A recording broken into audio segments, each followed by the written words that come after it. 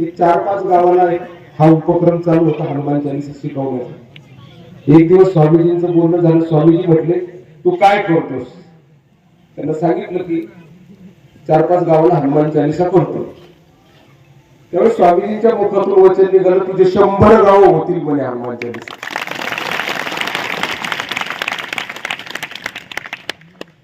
आम्हाला कार्य करण्याचा आनंद आहे, पण एवढी मोठी थाप जीवनामध्ये कोणी नाही दिली।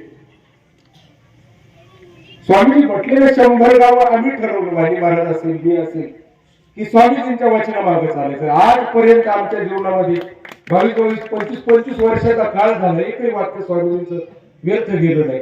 जे बोलले ते कडेला जात, पण आम्ही ठरवलं 100 गावासाठी आपण प्रयत्न करायचा। आणि त्या 100 गावाला आम्ही गवसणी घालण्याचा प्रयत्न वैष्णव सेवा आश्रमाने केला।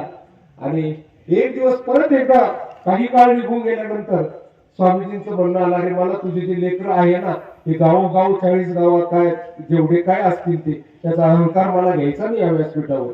हे गावोगाव जे काही लेकर आहेत, मला या लेकरांची पाठ ठोकायची, मला या लेकरांना आशीर्वाद द्यायचा म्हणून। एवढं मोठं अंतःकरण एक साधू पुरुषच करू शकतो।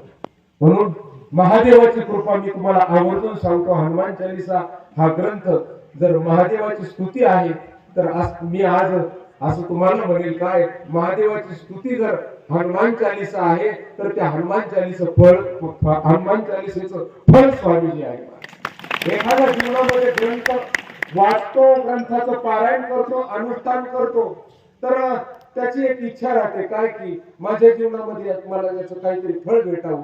म्हणून या जीवनामध्ये जर साधू दर्शन जर भेटत असेल तर या जीवनामध्ये आपल्या परमार्थाचं सगळ्यात मोठं फळ देवाने आपल्या पदरात टाकलं असं समजायला हरकत नाही। याच्यासाठी शास्त्र पुराण सर्व हात वर करून सांगतात की संत समागम दुर्लभ आहे।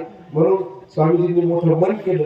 मी माझे थोडेसे 2 शब्द कमी करतो। स्वामीजी या ठिकाणी आज आले, स्वामीजींच्या मनकेला त्रास आहे, सकाळी 9 वाजता निघालेली गाडी दमादमाने एवढं मोठं मन केलं की फक्त भाग्य जर काय असेल तर मी आवर्जून सांगेन, हा लक्ष्मी बसले मागे या पोरी हे लहान लेकर मागे बसलेले, एक एवढासा ग्रंथ घेऊन महाशक्तीला आळवायला निघाले 40 गावचे लेकर।